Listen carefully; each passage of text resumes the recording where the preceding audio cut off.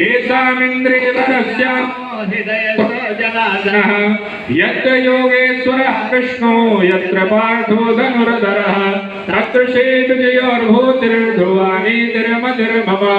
अनन्याश्चिन्तयन्तो मां ये जनाः पर्युपासते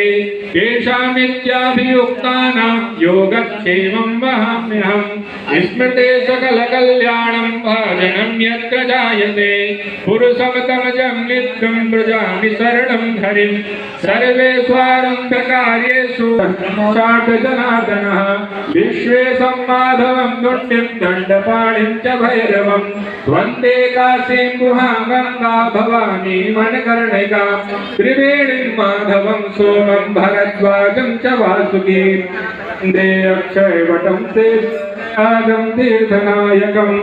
वक्रतुण्ड महाकाय कोटिसूर्य समप्रभ निर्विघ्नं कुरु मे देव सर्वकार्येषु सर्वदा।